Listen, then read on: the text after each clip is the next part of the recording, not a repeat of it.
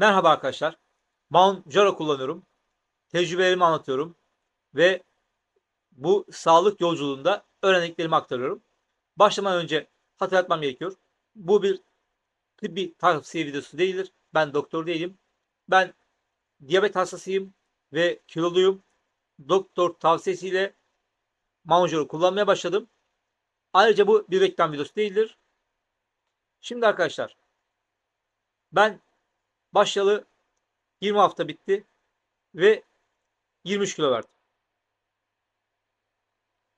Dozları şöyle kullandım. Her söylediğimi 4 sayın. 2,5 5, 7,5 5, 2,5 2,5 devam ediyoruz. Yani 4 tane 5, 4 tane 2,5, 4 tane 5, 4 tane 7,5, 4 tane 5 kullandım. 8 tane 2,5 vurarak bitireceğim. Şu an sona yaklaştık. Yani 4 haftamız kaldı. Ben 24 hafta kullanmak üzere plan yapmıştım. Dozu 7,5'un üstüne çıkmadım. Korktum. Ben doktora danıştım. Doktor dedi ki 5 devam edelim. Ben de doktora ya 7,5'u denemek istiyorum dedim. Doktor böyle suratıma baktı. Bir şey demedi. Ben de oradan suskunluk kabul etmektir diye 7,5'a geçtim. Siz de bir endokrinoloji doktoruna danışmadan kullanmayın ve bir endokrinoloji doktoruna danışmadan doz artırım yapmayın arkadaşlar. Bu yapmak cahillik olur. Çünkü bu bir ilaç. Bunun çok etkisi ve çok yan etkisi var. Bu hata olur. Bu yakışmaz size. Yani siz şu an bu videoyu seyrediyorsanız araştırma yapıyorsunuz. Bilgili bir insansınız. O zaman cahillik etmeyelim bu asırda. Doktora danışmadan böyle bir ilacı bünyemize almayalım. Şimdi arkadaşlar ben ilk başlarda 1,8, 1,2, 2, 3 böyle kilo verdim. Ama 6. haftadan itibaren hep 1 kilo vermeye başladım. Lakin 2 hafta önceye kadar her şey iyi gidiyordu. Ee, geçen hafta ve ondan önceki hafta 850 gram, geçen hafta 750 gram verdim. Bu hafta 500 gram verdim. Yani kilo vermem yavaşladı. Bu durabilir mi işte? Ben panik yapmıyorum. Panik yapmamamın sebebi bu benden gidenlerin yağdan gittiğine eminim. Bu yanlarım çok kiloluydu, bu simit denen kısımlar. Çok yağ kütlesi vardı. Buralar gitti. Şimdi bir göbeğim kaldı. Yani 9 aylık hamileydim. Şimdi 2,5 aylık hamileyim. Bir de göbeğim kaldı. Peki nasıl ben yağdan gittiğine eminim? Kastan gitmediğine. Çünkü arkadaşlar ben rejim yapmıyorum. Ben doğru besleniyorum. Ve her gün yürüyorum. İlk başlangıçta sabahları 1,5, akşamları 3,5 kilometre yürüyordum. Sonra bunu arttırdım. Sabahları 6, akşamları 6 kilometre başladım. Onu bu kilo verme yavaşlayınca arttırdım. Akşamları 7,5. Yani günde 13,5 kilometre yürüyorum ben. Arkadaşlar. Spor yapmıyorum. Çünkü buna vaktim yok. Çok vakit fakir bir adamım ben. Vaktim olmadığı için yapmıyorum. Ama 2 saat 15 dakika kadar yürüyorum günde. 13,5 kilometre her gün. Haftanın 5 günü. Cumartesi pazar hariç. Haftanın 5 günü. Peki ben bunun gidenin yağdan gittiğine nasıl eminim? Çok basit. Arkadaşlar ben düzenli besleniyorum. Asla rejim yapmıyorum. Protein alıyorum. Protein nedir? Kırmızı et, tavuk, hindi eti, balık, süt, bezelye, chia tohumu, mercimek, keten tohumu, badem, fındık, soya, peynir, kabak çekirdeği. Arkadaşlar ben bu saydığım listede bir tek tavuk ve hindi yemiyorum sevmediğim için. Onun dışında hepsini yiyorum. Hepsini yiyorum. Yani ara ara kabak çekirdeği yiyorum. Ben daha önce bahsetmiştim. Hem evde hem iş yerimde 2 tane tuzluk aldım. İçine chia tohumu, keten tohumu, kinoa tohumu koydum. Çorbama, salatama ondan atıyorum. Evde eğer yoğurt ve yulaf yersem onun içine atıyorum. Yani benim vücuduma sürekli chia tohumu, keten tohumu, kinoa tohumu giriyor.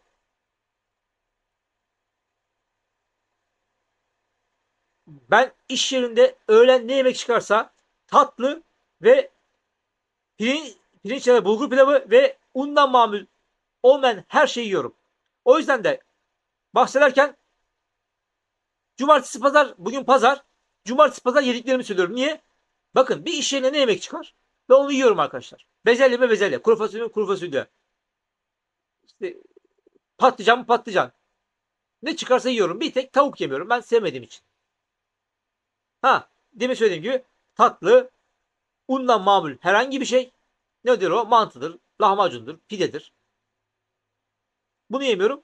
Bir de pilavın iki türlüsünü yemiyorum. O yüzden hafta için söylemiyorum. Tahmin edersiniz yani. Normal bir evde ne pişiyor, bir iş yerinde pişiyor, o gidiyor. Ha, hafta sonu niye söylüyorum? Arkadaşlar ben yiyorum. Mesela dün cumartesiydi. Ben dün cumartesi sabah kahvaltıda, yani 11 sabah dediğim öğle yemeği niyetine ben patatesli omlet yedim. Akşamda bir hamburger yedim. Ama bu defa hamburgeri hamburger ekmeğiyle yemedim. Daha önce bahsettiğim o ekşi mayalı lavaşlar var ya. Ondan 2 tane sardım. Airfryer'da 1 dakika pişirdim. Onu yedim. Gayet de bence hoş oldu. Yani o hamburger ekmeği de zaten şeydi. Glutensizdi. Ama onu da yemedim. Onu da yemedim. Bu sefer komple ekşi mayalı lavaştan yapılmış. Yani onu yiyorum. Çünkü vücuduma tahıl da girmesi lazım. O yüzden haftada 1-2 dilim işte kara buğday ekmeği, tam buğday ekmeği, ekşi mayalı ekmekler, böyle şeyler sokuyorum vücuduma. Ama öyle çok değil yani. Haftada birkaç dilim.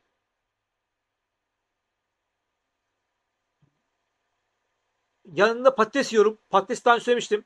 Sabahtan soyuyorum, soğuk suya koyuyorum. Nişastası alsın diye. Sonra süzüyorum, kurutuyorum. Airfryer'da zeytinyağı, ayçiçek yağı değil, zeytinyağı ve tuzla karıştırıp yiyorum.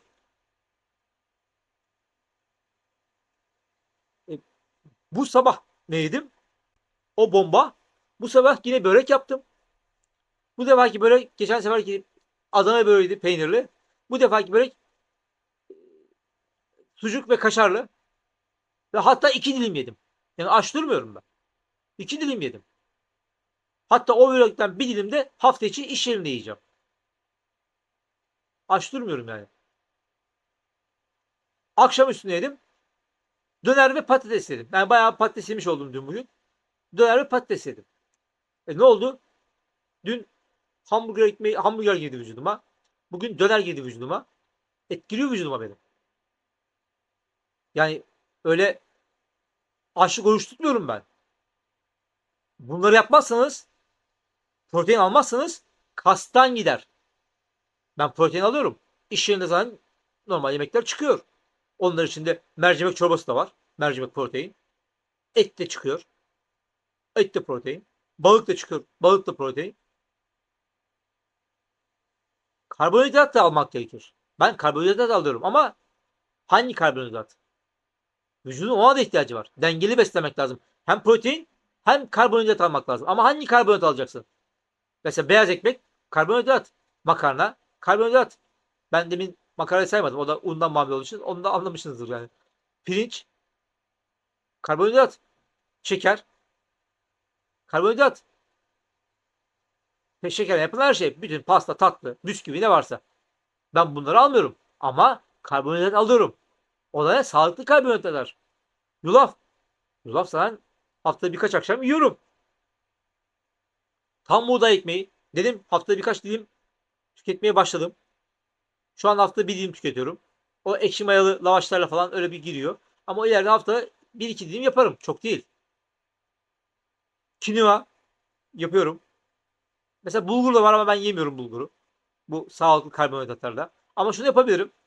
Ayda bir kere mesela esmer bulgurdan kısır yapıp yiyebilirim. Severim ben kısırı. Onu yapabilirim. Fasulye, mercimek, nohut, barbunya. Ben bunları zaten iş yerinde yiyorum. Hafta sonu evde niye öyle şeyler yiyorum? İşte Adana'dır, dönerdir. Zaten hafta içi zaten normal yemek yiyorum ben iş yerinde. O yüzden hafta sonu da evde öyle şeyler yiyorum. Biraz daha et ağırlıklı besleniyorum hafta sonu. Biraz daha proteini fazla almaya çalışıyorum. Kas gitmesin benden diye. Ispanak, havuç. kabak, brokoli. Bunları zaten iş yerinde yiyorum ben. Sonra meyve. Haftada birkaç tane tüketiyorum. Ne tüketiyorum? Şu anda mesela nar, muz. Ama ne olur arada bir tane armut, elma. Pek sevmem onları ama yani yenebilir. Bunlar da protein, protein. Bunları alacaksın. Sen bunları yapmazsan, sen açlık orucuna girersen zayıfladın zannedersin. Yağdan gitmez, kastan gider. Kas erimesi olur. Yani sarkopeni olur. Sarkopeni ne? Kas kütlesi, gücü ve performansının azalması. Bu bir iskelet sistemi hastalığı. Kas hastalığı. Olmaz yani. Buna dikkat edeceksiniz. Öyle olmaz yani arkadaşlar. Bir de şimdi şu var. Ee, Ben daha önceki haftalarda söylemeyi unuttum. Ben de yan etki olarak ishal vardı. İshal bitti. Bir aydır ishal yok. İshal bitti, onu her hafta söylemeyi unutuyorum. İshal yok artık. Ama işte bakın ne yaptım? Protein alıyorum. Yürüyorum. Ve o yüzden eminim bende şey yok. Kas gitmiyor benden. Benden yağ gidiyor. O yüzden rahatım. Bu yanlarım yağ kütlesiydi. Onlar gitti. Çok az bir göbeğim kaldı. Yanlarda bakıyorum çok hafif böyle bir yağ var. Hafif bir şey. Yani o da oturunca belli oluyor. Ayakta, o da ayaktayken de şey yapmıyor. Oturunca hafif elime geliyor. Arkadaşlar, zayıflamaya niyet ettiyseniz sağlıklı kalmaya niyet edin. Bırakın zayıflamayı. Sağlıklı kalmaya niyet edin. Zaten sağlıklı yaşarsanız, sağlıklı beslenirseniz zayıflarsınız. Ya arkadaşlar, benim gibi 24 haftada zayıflamayın ya. Hatta hiç banjolu kullanmayın ya. Zayıflarsınız arkadaşlar. Zayıflarsınız. Yapacağın şey basit. Şekeri hayatından çıkaracaksın. Beyaz un ve mamulleri nedir o? Makarna, börek, pide, lahmacun, mantı çıkaracaksın. Bak 2. Bir de pilavlar. 3 tane şey çıkaracaksın hayatına ya. Ya çıkaramıyor musun yani? Bu kadar iradesiz misin sen? Sonra ne yapacaksın? Gideceksin D vitaminine bakacaksın. D vitamini eksik olunca kilo alıyormuşsun. Bende eksikti. Ben şimdi ayda bir tane D vitamini iğnesi alıyorum. Haftada bir günde şu an D3 içiyorum. O bittiği zaman D içeceğim. Vitamin içiyorum. Sen hayatından çıkaracaksın bunları. Sabah işe giderken simit alma, poğaça alma. Bırak bunları. Yani hiç yapamıyorsan, ya aç duruyorum diyorsan aç durma arkadaşım. Aç durma. Aç durma. Bak ben şu anda mısır patlağıyla mısır pirinç patlağı karışıyla karabuğday patlağı yiyorum. Ama şu kiloya ulaştığım an neye başlayacağım? Haftada 1-2 gün o sağlıklı ekmeklerden kızartacağım, götüreceğim. Peynir, zeytinle yiyeceğim. Peynir, zeytin alacağım yanıma, işe götüreceğim. Tamam mı? O ekmekle yiyeceğim. 3 günde patlak yiyeceğim. Öyle ipin ucunu tamamen kaçıramam. Kusura bakmayın. İlla poğaça yemek mi istiyorsun? Ya ye. Ne yapıyor musun? Git. Siz buğday, tam buğday unları satılıyor. Onlardan yap ama ayda bir kere ye. Her gün yeme sen de. Ayda bir kere ye. Hadi 2 kere ye. Ama her hafta yeme yani. Yapma bunu yani. Sağlığına dikkat et. Bakın ben geçen haftalarla bir şey söyledim. O fark ettim geçen gün. Dedim ki adam yolda el arabasında 10 liraya poğaça satıyor. Bu neyden mal ediyor bunu dedim ve dedim ki bir poğaça 15 lira. Poğaça 15 lira değilmiş arkadaşlar. 25-30 liraymış. O kadar alakam yok ki poğaça fiyatını bile bilmiyorum. Şimdi arkadaşlar 25-30 liraya poğaça satan bir yerde adam 10 liraya poğaça satıyor. Ben sabah yürürken görüyorum. El arabasında 10 liraya poğaça satıyor. Ama poğaça dükkanlarda 25-30 lira satılıyor. Bakın size şunu söylüyorum. Tanıdığınız bir pastacı varsa, bir börekçi varsa, yani dışarıda böyle imalat yapan birisi varsa sorun. Şu an marka veremiyorum. 4 harfli bir marka var. %99 onu kullanır bu ülkede.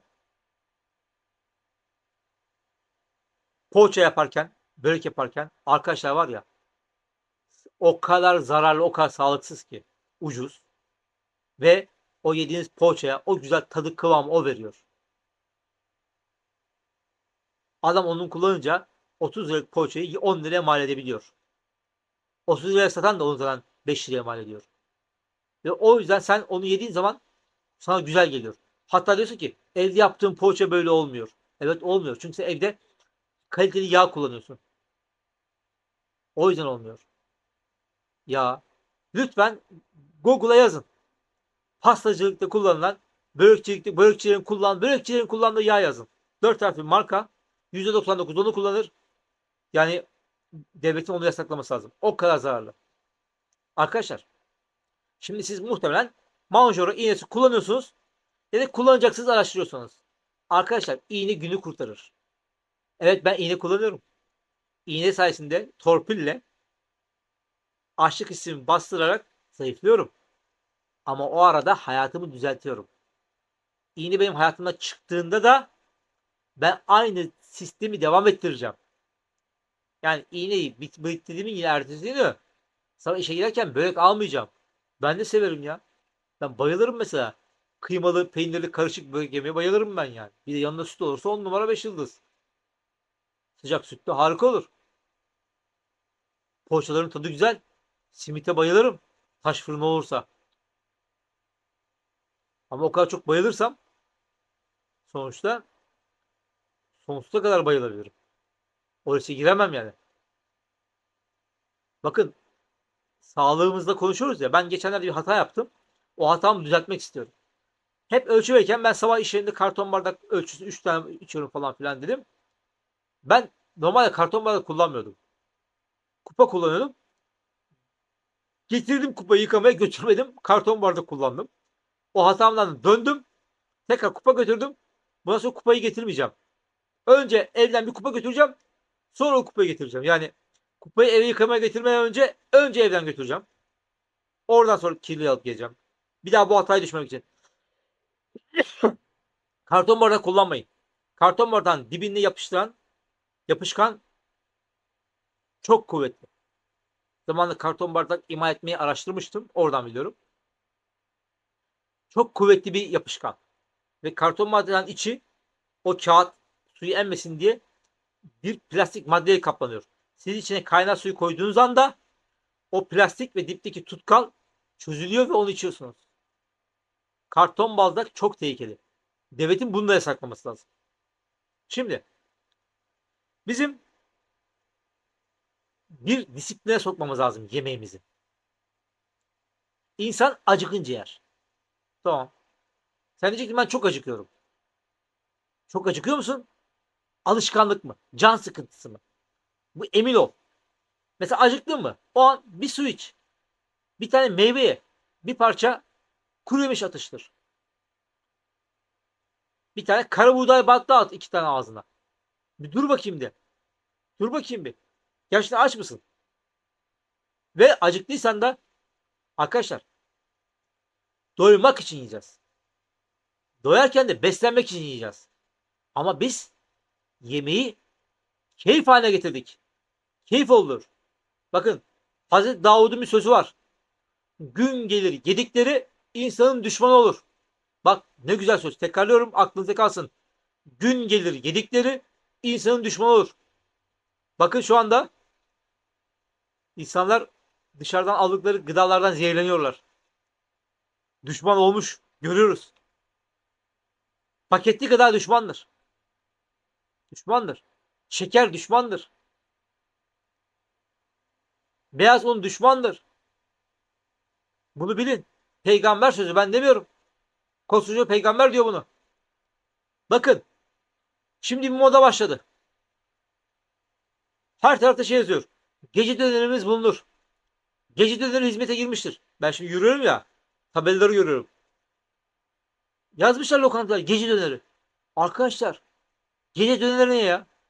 Ya gece acıkan en kötü ihtimal evinde bir şey girerdi buzdolabına. Bir peynir zeytin bir şey yerdi ya. Gece döneri ne ya? Şimdi moda çıktı. Modaya bakar mısınız ya? Akıllı insan modası mı bu? Gece döneri. Gece gideceğiz. 12'de 1'de 2'de döner yiyeceğiz. Bu normal bir insan davranışı mı? Arkadaşlar bunlar normal değil. Bakın. Mesela bazı muhitlerde oturanların ben de o muhitlerden birinde oturuyordum 25 yaşıma kadar. Tamam mı? Bazı muhitte oturanların şöyle bir zevki vardır. Gece canı ıslak hamburger çeker. Ben Beyoğlu'nda oturuyordum. Hadi isim vereyim. Tamam, ben 0'dan 25'e Beyoğlu'nda doğdum. 25 yaşına kadar orada oturdum. Beyoğlu'nda oturanların canı ıslak hamburger çeker. Bugün ben İstanbul'da yaşıyorum. İstanbul'da bazı muhitlerin merkezi yerlerin yakında oturanların canı gece ıslak hamburger çeker. Niye biliyor musunuz? Çünkü ıslak hamburgere ulaşabilir. Şimdi daha da beteri var. O ne? Kuryeler. Gece saat 12 adam hamburger söylüyor. Gece saat 1 adam pizza söylüyor. Ya geçen pizzacı gördüm. Saat 2.30'a kadar açığız yazıyor. 2.30'a kadar servisimiz vardır yazıyor. 2.30. 2.30'da pizza söylüyor eve birileri demek ki. Adam oraya onun yazdığına göre. Adam dükkanı açık tuttuğuna göre birileri gece 2.30'da pizza yiyor. Ya Allah için bu mantıklı mı ya? Bir insanın 11'den sonra uyuması, uyanık kalması mantıklı değil. Ya Allah bizim belamızı veriyor. Ve biz diyoruz belaya gel gel gel gel gel. Şimdi her taraf kafe. Her yer kafe. Akşam ben yürüyorum. Bir kafe olan bir yerden geçiyorum. Bir merkezi bütün hepsi dolu. Tıktım tıkış işten çıkmışlar. Kafelere dolmuşlar. Kafe ne demek? Tatlı demek. Zaten içtikleri kahveler zararlı. Sağlıklı kahveler var. Türk kahvesi, espresso, americano gibi kahveler sağlıklı. Ama diğer granül kahveler sağlıksız. İçtikleri kahveler bir baş belası. Kahveleri şekerli içiyorlarsa başka belası. Bir tatlı. Her kahvecinin reklamları tatlı dolu. Ya arkadaşlar 5 yıl 10 yıl önce bizim böyle bir alışkanlığımız var mıydı? Habire gideceğiz. Kahveye oturacağız. Kahve içeceğiz. Yanında tatlı yiyeceğiz. Ya bizim eskiden çay bahçeleri vardı. Benim gençliğimde çocukluğumda. Orada yiyebileceğin en fazla oradan kapıdan geçerse simitçiden bir tane simit almaktı. Şimdi gidiyorsun kafeye. Kafeye gidip de tatlı yemeden kalkan kaç kişidir? Çoğunluğu tatlı yiyor. Şey gibi ya. Allah'ın emri gibi. Kahve yanında tatlı yiyeceksin. Hatta menüler yapıyor. İşte bir kahve bir tatlı şu kadar fiyat falan filan. Hatta tatlıcı o kahveci kafeler ve reklamlarında tatlı şu fiyat diye tatlı yazıyorlar ya. İlla tatlı yiyeceksin yani. Arkadaşlar bu mantıklı değil. Bu hatadan dönelim. Yemeği yemek gibi yiyelim. Yemeği yemek gibi yiyelim. Yemeği alışkanlık yapmayalım. Gece döner yemek. Saat gece 1'de pizza söylemek. Gidip de sohbet edeceğiz arkadaşımızla diye tatlı yemek. Sağlıksız kahve içmek peygamberin sözüdür işte. Gün gelir yedikleri insanın en büyük düşmanı olur. Arkadaşlar burada bırakalım. Haftaya devam ederiz.